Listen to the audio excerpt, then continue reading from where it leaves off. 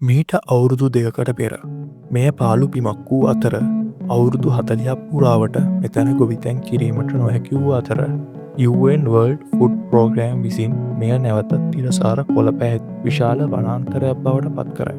අද අපි සිටින්නේ සෙනගල් රටේ උතුරු කාන්තාර සීමාවේ. දැන් මෙතන ජීවයේ නැවත පැමිණ ඇති බව ඔබට පෙනේ. මෙම ප්‍රදේශය විනාශ වී ගිය විට ජනතාව ගම් හැර නගරවලට ගමන් කරන අතර ගම්වල ජීවය විනාශය කරා ගමන් කරයි. කෙසේ වුණත් World Food Program එකේ සහ ගම් ජනතාවගේ උත්සාහයෙන් මේ විප්ලවය සිදු වී ඇත. සෙනගල් ගොස් සහේල් කියන ප්‍රදේශය හරහා ගමන් කරන විට දකුණේ විශාල ගස් සහ ගොවිතැන් දැක බලාගත හැකි අතර උතුරට ගමන් කරන විට මෙම තත්ත්වය බොහෝ දුරට වෙනස් වේ. Great Green Whale of Africa කියන්නේ මොකද්ද?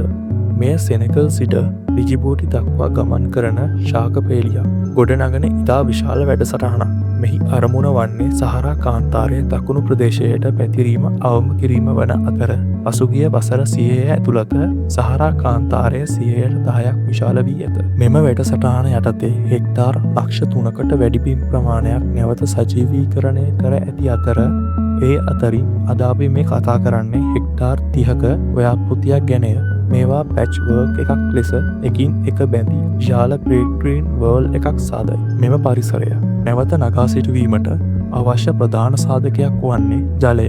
එක් අතකින් ලොව විශාලතම කාන්තාරයක්ද ඇති අතර ජලය රැස් කිරීම, ගබඩා කිරීම මෙයට විසඳුමක් වේ. එම නිසා මෙහි පළමු පියවර වන්නේ අඩසඳ ආකාරයේ වලවල් නිර්මාණය කිරීමයි. මෙම සකස් කරන ලද වලවල් සහේල් ප්‍රදේශිකයන්ගේ පැරණි ක්‍රමයකට නිර්මාණය කරන අතර එමකින් පොළවට ජලය උරා ගැනීම අඩාල කරයි. එහි ප්‍රතිඵලයක් ලෙස වැසි කාලවලදී රැස් කරගන්නා ජලය දීර්ඝ කාලයක් මෙම වියලි කලාපයේ රඳවා තබා ගැනීමට මෙම අඩසඳ ආකාරයේ වලවල් යොදා ගනී.